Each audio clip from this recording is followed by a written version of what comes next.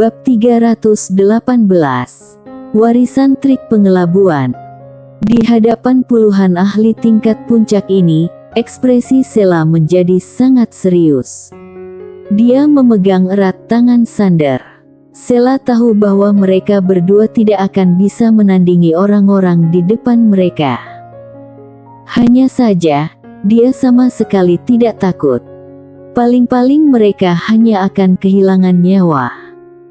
Xander terlihat sangat tenang, bukan karena dia memiliki sesuatu untuk diandalkan, tetapi karena dia telah memiliki rencana.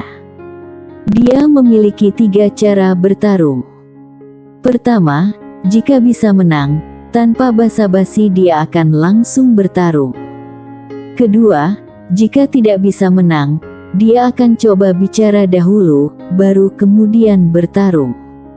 Ketiga, jika sama sekali tidak bisa menang, dia akan mengelabui mereka. Pemimpin dari orang-orang itu adalah seorang kaisar agung, juga merupakan tetua pertama keluarga Sui yang bernama Felix Sui. Saat ini, ekspresinya sangat suram dan penuh dengan niat membunuh.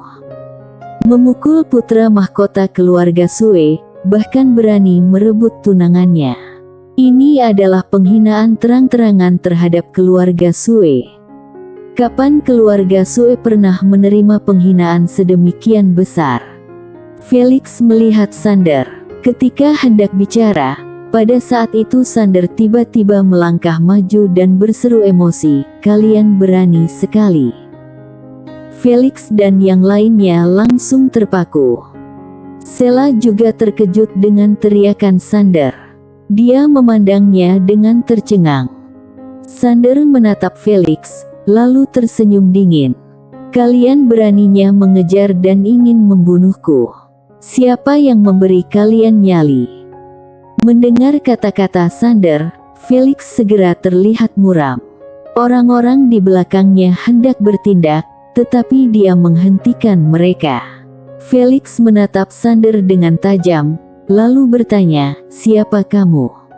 Saat ini, dia juga sangat terkejut.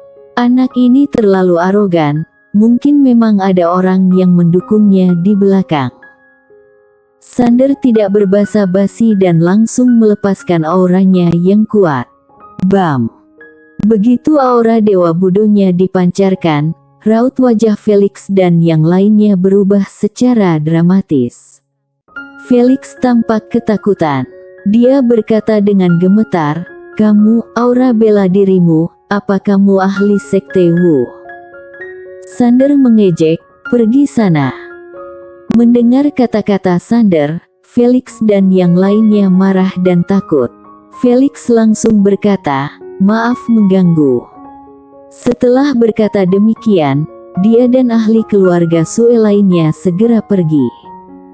Tanpa ragu sedikit pun, Xander tiba-tiba berkata, "Tunggu sebentar." Mendengar kata-kata Xander, Felix berhenti. Dia berbalik dan menatap Xander dengan bingung. Xander menatap lurus ke arahnya seraya bertanya, "Kalian benar-benar akan pergi begitu saja?"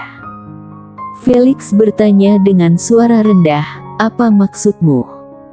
Xander langsung berkata, "Tinggalkan cincin penyimpananmu." Mendengar ini, orang-orang di belakang Felix menjadi marah. Puluhan aura kaisar dewa muncul, mengguncang langit dan bumi. Felix menatap Xander dengan tajam. Kedua tangannya menggenggam erat, tanpa berkata apa-apa. Xander menatapnya tanpa takut. "Kalau tidak, percayalah keluarga Sui akan hancur." Kapan keluarga Sui pernah menderita penghinaan seperti ini? Para ahli keluarga Sui di belakang Felix menjadi emosi, tetapi Felix menghentikan mereka. Dia menatap Xander dan berkata sambil tersenyum, "Ini memang salah kami, meminta maaf sudah seharusnya dilakukan." Setelah berkata begitu, dia melepas cincin penyimpanannya. Para ahli di belakangnya tidak bergerak. Mereka menatap Xander dari kejauhan dengan amarah di mata mereka. Felix berbalik dan melirik para ahli keluarga Sue di belakangnya dengan dingin. Meskipun tidak puas, mereka tetap meninggalkan cincin penyimpanan mereka. Felix berbalik dan melirik Sander, lalu pergi dengan para ahli keluarga Sue. Sander mengumpulkan semua cincin penyimpanan itu. Setelah melihatnya, ada lebih dari 30 juta esensi jiwa di dalam cincin penyimpanan. Melihat ini, Sander pun menggelengkan kepala. Keluarga Sue terlalu miskin. Bahkan seorang kaisar agung hanya memiliki 10 juta esensi jiwa. Entah bagaimana mereka bisa bertahan. Di samping Sander, Sela menggelengkan kepala saat mendengarnya. 10 juta esensi jiwa sudah dianggap uang besar di dunia bintang kacau ini. Sander tiba-tiba berkata, "Ayo pergi." Setelah berkata begitu, dia menarik tangan Sela dan pergi. Di perjalanan, Sela bertanya, "Kamu benar-benar ahli dari Sekte Wu?" Sander berkata sambil tersenyum, "Coba tebak." Sela menggeleng, "Bukan." Sander agak terkejut. "Bagaimana kamu bisa tahu?" Sela mengerucutkan bibirnya dan berkata sambil tersenyum, "Bukan cuma kamu bukan Sekte Wu, kamu juga bukan dari dunia bintang kacau. Kamu datang dari luar." Sander berhenti. Dia berbalik melihat Sela. Sementara itu, Sela berkata dengan lembut, "Kalau kamu dari dunia bintang kacau, kamu tidak akan mencoba untuk berpura-pura menjadi ahli dari Sekte Wu." Sander berucap sambil tersenyum, "Apakah Sekte Wu sangat kuat?" Sela mengangguk, "Sangat kuat sekali." Sambil menggenggam erat tangan Sander, dia berkata pelan, "Ayo, kita pergi dari sini." Sander tidak tahu seberapa menakutkannya Sekte Wu, tetapi dia tahu bahwa menyamar sebagai anggota Sekte Wu akan berakibat lebih buruk daripada membunuh Noah. Itulah mengapa Felix tidak berani menyentuhnya. Sebab, di sini, tidak ada yang berani menantang Sekte Wu, apalagi menyamar sebagai anggota Sekte Wu. Melihat Sela yang gelisah di sampingnya, Sander berkata sambil tersenyum, "Aku belum bisa pulang." Sela bertanya dengan heran, "Kenapa?" Sander menjawab pelan, "Aku harus menjadi kaisar agung di sini." Sela menatap Sander dengan kebingungan.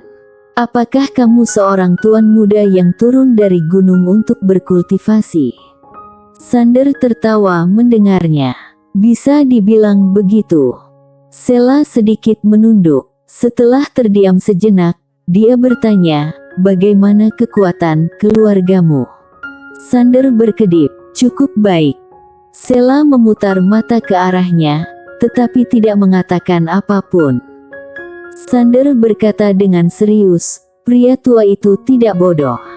Dia mungkin akan menyadari sesuatu nanti dan membunuh kita sebagai pembalasan. Ayo, kita mencari tempat yang bagus untuk berkultivasi." Sela menyarankan, "Kita bisa pergi ke dalam alam rahasia." Dia menarik Sander sambil berucap, "Ikuti aku." Segera, keduanya menghilang. Di dalam pagoda kecil, wanita misterius tiba-tiba tertawa. "Tuan Pagoda, apa kamu kecewa?" Tuan Pagoda menjawab, "Itu hanya trik pengelabuan yang diwariskan secara turun-temurun." Wanita misterius itu tertawa sebelum berkata, "Sebenarnya, aku juga ingin melihatnya dipukul." Haha. Tuan Pagoda pun terdiam. Di tempat lain, Felix dan yang lainnya berdiri di atas awan. Wajah mereka sangat suram. Salah satu tetua berkata dengan serius, "Tetua pertama, aku rasa dia bukan orang dari Sekte Wu." Felix berkata pelan, "Tapi bagaimana kalau benar?" Tetua itu terdiam. Felix berucap, "Aku tidak berani bertaruh. Kalau dia adalah orang Sekte Wu, keluarga Sue akan menghadapi bencana yang tak terbayangkan. Tetua itu bertanya, apa yang harus kita lakukan sekarang? Felix membuka tangannya. Sebuah potret muncul di tangannya. Itu merupakan potret Sander. Felix berkata tanpa ekspresi, aku akan pergi ke Sekte Wu sendiri. Kalau dia benar-benar dari Sekte Wu, aku akan meminta maaf atas nama keluarga Sue dan menyelesaikan masalah ini.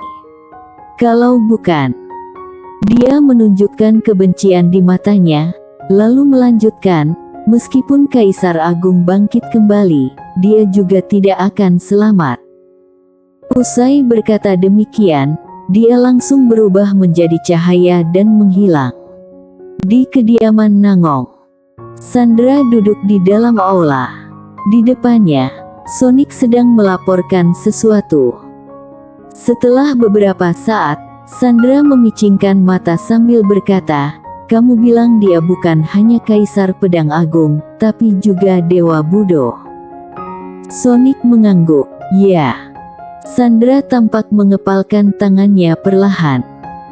Setelah ragu sejenak, Sonic pun bertanya, apakah dia benar-benar orang dari Sekte Wu? Sandra berkata, pasti bukan. Sonic bertanya, bagaimana kamu bisa tahu? Sandra menjawab pelan, kalau dia benar-benar dari Sekte Wu, kenapa dia meninggalkan keluarga Nangong? Tentu saja, meskipun dia bukan dari Sekte Wu, latar belakangnya pasti tidak sederhana. Sonic bertanya lagi, apakah kita harus ikut campur dalam masalah ini? Sandra diam sejenak, lalu dia berkata dengan mata yang sedikit terpejam. Beberapa miliar esensi jiwa. Tak lama kemudian, dia tiba-tiba membuka mata. Selama dia bukan dari Sekte Wu atau Sekte Suci, maka ketika mengatakan itu, dia menunjukkan aura membunuh di matanya. Di Sekte Wu. Ketika Felix tiba di Sekte Wu, seorang pria tua membawanya ke sebuah aula besar. Di dekat sana, ada seorang pria paruh baya yang ternyata adalah tetua dari Sekte Wu, Wilson Chen. Felix memberi hormat kepada Wilson. Tetua Wilson. Wilson menatap Felix, lalu bertanya, apa ada sesuatu yang bisa dibantu, keluarga Sue? Felix menunjukkan potret Sander. Tetua Wilson, apakah orang ini anggota dari Sekte Wu? Wilson melihat potret tersebut, lalu menggeleng sambil menjawab, bukan. Ekspresi Felix langsung menjadi suram. Wilson bertanya, kenapa? Ekspresi Felix tampak sangat muram. Orang ini memukuli putra mahkota keluarga Sue, tapi mengaku sebagai murid Sekte Wu. Wilson tampak memicingkan mata.